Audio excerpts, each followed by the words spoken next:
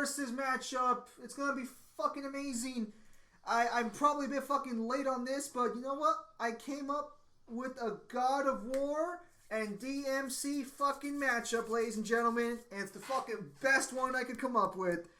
We're gonna do the fucking Yggdrasil versus the fucking Qliphoth tree. Let's go. Okay, so I actually spent a fucking actual genuine fucking week doing this video. Like a week after me and Mangler were talking, like a week after April Fool's Day, and we're like, fuck, this sounds like a fun matchup to make. But obviously April Fool's was what we had in mind. That being said, this is a legitimate actual video. I did do a lot of research. I looked through it. I asked several people for references. So this outcome, for the most part, is 100% legitimate. Just gonna throw it out there now. You can disagree with the outcome, obviously, in the comment section down below, but let's get started. So can they kill each other? Technically, yes, but let's be clear here. The Qliphoth, the Yggdrasil has a true form. Whether or not that true form can be destroyed by the Qliphoth tree is up in the air, because obviously we can't confirm that, because the true form of the Yggdrasil seems to be up in the air for some people as well. It's either 1C for some people or 2B for other people. So I'm just going to say that the criteria for this list, or for this victory, would be destroying the physical form, not the actual, true form. Because I don't even think we've seen the true form yet either. I think it's just mentioned by fucking Freya at one point. So yes, the Qliphoth tree can destroy the Yggdrasil. But the reason for it is because the Qliphoth tree actually fucking moves and has an army at its beck and call. The Yggdrasil doesn't seem to be moving. Because it's not a Chad like the Qliphoth tree. It's fucking trash. That being said, so they should be able to kill each other theoretically, but the Yggdrasil can attack, so I'm going to be honest, it probably can't kill the Qliphoth tree. That being said, let's move forward. So in terms of physical strength, the Qliphoth tree's physical strength is unknown. That's just a fact. But the Yggdrasil holds infinite number of worlds, so its strength, according to Versus Battle Wiki, is immeasurable, and that seems like a good place to put it. It does win the physical strength category, vastly stronger, or at the very least it has the better feat than the Qliphoth tree when it comes to physical strength. So in terms of speed, the Yggdrasil is, I know I'm pronouncing it wrong, but whatever, is omnipresent within its own sphere of existence, but it does not seem to move around. So, the Qliphoth tree could literally be moving an inch a fucking hour, and it would still win the speed category. That being said, the Qliphoth tree did move all the way from the demon world to the human world. The demon world is infinite in size, so that should, technically the growing speed from the demon world upwards should be massively faster than light. Or higher, given that it's a much higher, powerful creature or powerful object in DMC. That being said, it doesn't move all that much in the human world. So maybe it stops when it's actually got its source of supply, and that's why it chills out until the fruit's made, and then it starts expanding again, rather rapidly, mind you. But either way, it could be moving fucking a mile an hour, and it would still be faster than the fucking Yggdrasil. So speed, the Qliphoth wins hands down. Now, durability. Oh, boy. This was one of the longer ones to research and talk about. Because, so, we're going to talk about the Yggdrasil first. But you can't really reverse engineer this feat. So, the Yggdrasil was splintered by an attack between Thor and the World Serpent. But since scaling isn't direct to the tree, and this is accepted by most people, and Surtur's final blow is stronger, yet doesn't hurt the Qliphoth tree, meaning that the tree is most likely glass cannon in nature. More likely than not, it just doesn't have that high of a durability, but because it's infinite, nothing really fucking affects it. Because you can't tell me Thor and the World Serpent can splinter the tree, but the final attack from Surtur that's stronger than Thor and all of them can't destroy the tree or hurt it? No, unreal, that's unfeasible. Unless you want to argue that Thor and the World Serpent's clash is greater than the attack that's already predestined to kill everyone, including Odin. But that would seem rather strange, since everything's already predestined in and of itself in this verse when it comes to the Norse mythology. So even if we get benefit of the doubt, it would be 2B in terms of freaking durability, but that doesn't seem very likely. It just doesn't seem very likely given all the feats and the sort of counterexample of Surtur and such. Mangler, I was talking to some Mangler because me and Mangler were discussing this, and he seemed to be under the impression that the tree's just infinite, so it doesn't really have durability. It's just that nothing really affects it because of how big it is. Whether or not that's the case is up to you, but there's no way it can be hurt by Thor and the World Serpent of a significant level if they're that powerful, and yet Surtur's attack's not going to do anything to it. It just seems ridiculous. The Qliphoth. The roots don't have many strong feats in and of themselves, but they are fairly durable, able to withstand attacks from the Red Queen for weeks on end, which has a flame comparable to Ifrit, which is insanely hot. especially since it can fucking nullify basically absolute zero, as can Nero's sword. Hang on a second. Okay, so I believe it was on the Clive-Fought roots. My bad, I had to take care of something. Okay, so regarding the Clive-Fought roots, yeah, so they're pretty durable, but honestly, that's not going to matter much against the Yggdrasil. Not going to be all that big a deal. The outside of the tree seems to be pretty durable around Demon King level, since it took Nightmare to break out. You never break out of the tree otherwise in DMC 5, and neither before the Nightmare nor in the Visions of V is there anything showing on there about them breaking out without Nightmare. Dante's the only other person who broke out of the tree from the inside outwards, but that was after Urizen blasted his ass, which would be more force than what Nightmare could produce, and also when Dante got Sin DT, so at least Demon King level durability on the outside base of the tree. The inside is insanely durable, as it tanks several fights from Urizen and Dante. Even when they were enhanced by their power-ups, Urizen's armor was able to make up the difference so much that he was perfectly fine after fighting a vastly more powerful Dante. The armor was made from the Clive-Fought tree, so scaling Urizen's armor to durability is a fair game here. And if that's the case, that's base 2B durability for at least the inside of the Clive-Fought tree. Outside seems to be Demon King level at a bare minimum. Hang on. So yeah, that durability does change a bit depending on the surface. The outside of the Clive-Fought tree, I would say would scale to the inside and Yggdrasil, or not Yggdrasil, fucking hell, fucking Urizen. But given the fact that Nightmare can break out of it, it wouldn't scale that far. So durability, I personally am going to give it to the Clive-Fought tree, but because I do believe the Yggdrasil is weaker than 2B when it comes to durability, especially given what splinters it and what can splinter it.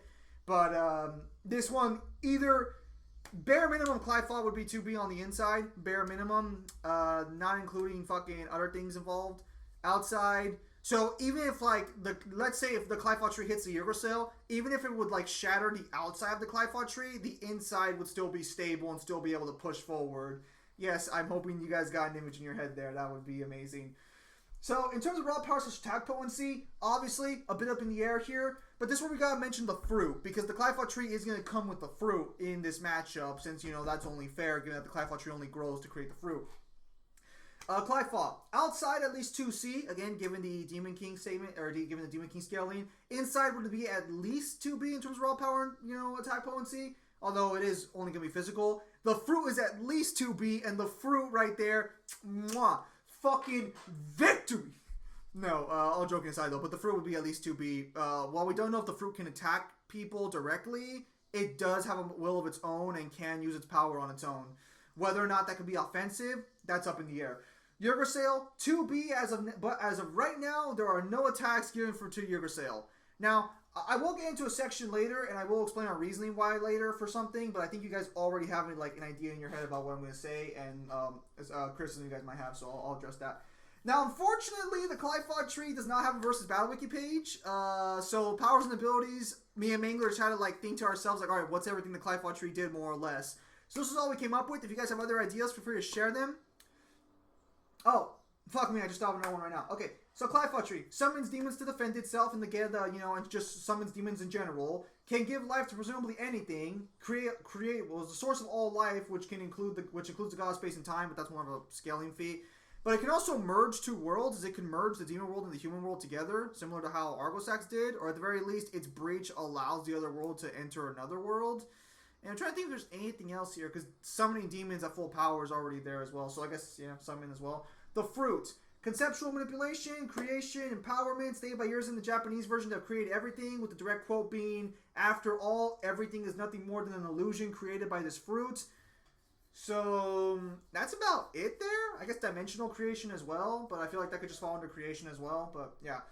Yggdrasil. Now, Yggdrasil is going to have quite a bit more of a more robust statements, more robust section, because versus Battle Wiki actually does have a Yggdrasil section. Okay, so Yggdrasil. Immortalities type 5 and 9, the very concepts of life and death and really aspects of it, which it simultaneously encompasses and transcends, and its true form is completely independent from the material existence of even its physical manifestations. Abstract existence, this is referencing the true form, not important for our purposes. Conceptual manipulation, the concepts of death, life, time, and space, and destiny are just a part of the Yggdrasil, and only exist because it sustains them. Existence erasure, I don't think this really belongs here, but so should you jump out of the Yggdrasil's branches, they will be consumed into the void. So I guess like the demons of the Clive-Fought, if they attack the Yggdrasil tree, like if they fall off it, they'll be erased. I guess would be the way to go there. So stay on the trees. Non-existent psychology or physiology. Type 1, the true form of the Yggdrasil does not truly exist. It simply manifests in a physical form that can be conceptualized by the Norse people. Avatar creation, the true physical form is an avatar, created purely for the benefit of physical entities' ability to interact with it. Void manipulation, life manipulation, and creation.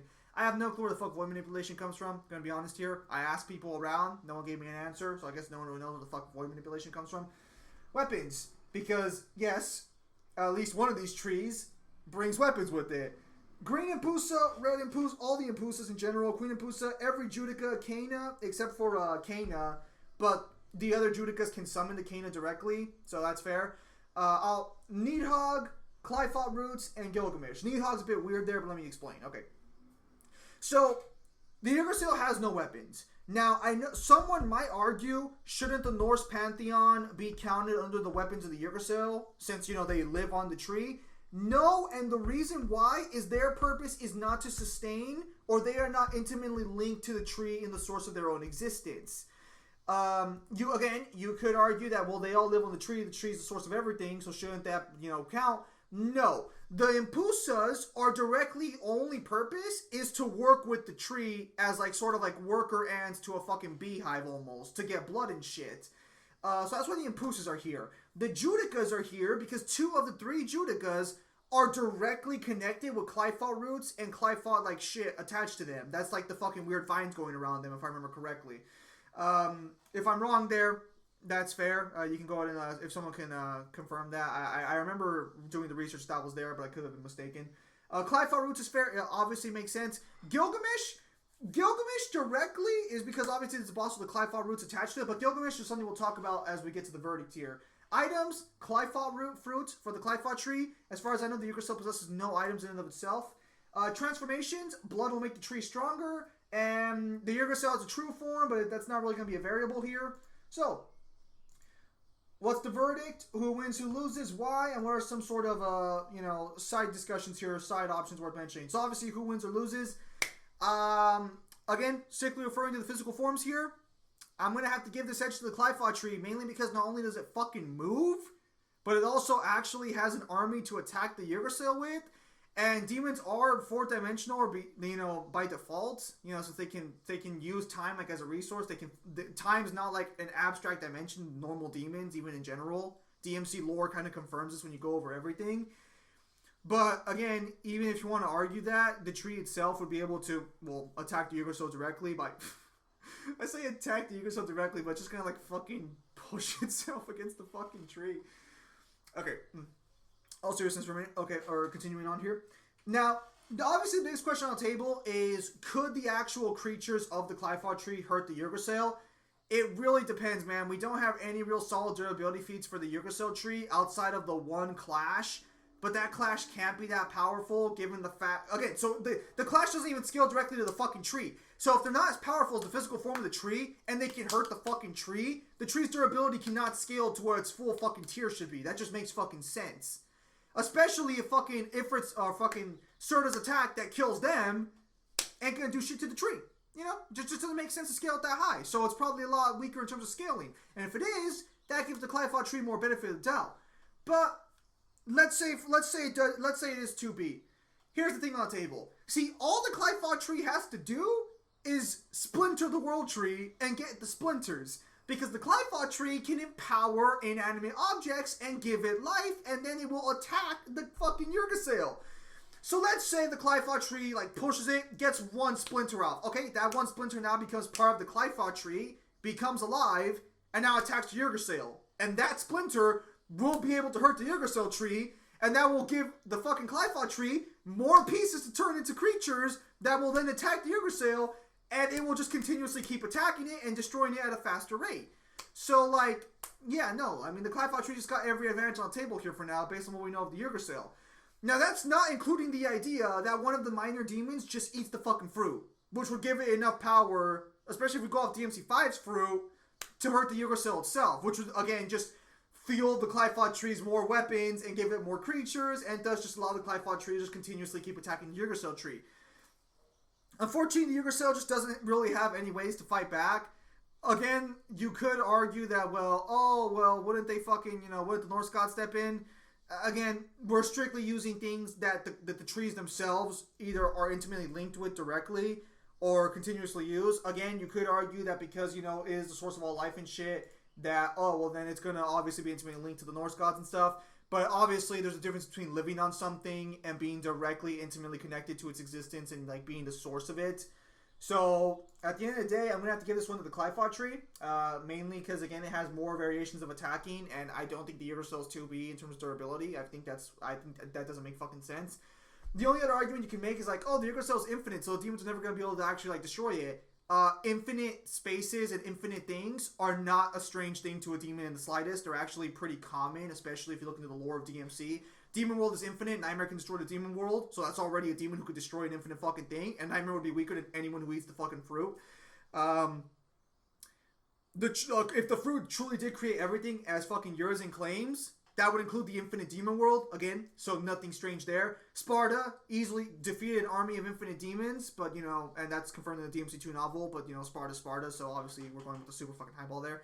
But the point I'm trying to make here is pretty straightforward. Like, the infinite size is not going to make a difference here. Eventually, it'll be chipped away by fucking the termites that are the demons of the Clyfod tree, and its own branches, and, well, its own splinters, and it'll just be destroyed at that rate. So, thank you guys for your time as always. Have a nice day. Next versus matchup will be one I just thought up, death battle style. It'll be Rachel from the Ninja Gaiden series versus Trish from Devil May Cry. And hopefully we can start getting versus matchups and how powerful's rolling again. I'm still working on Final Fantasy 3. Still working on Final Fantasy 3, but at least it's not Final Fantasy 2 anymore. So, thank you guys for your time as always, and have a nice day.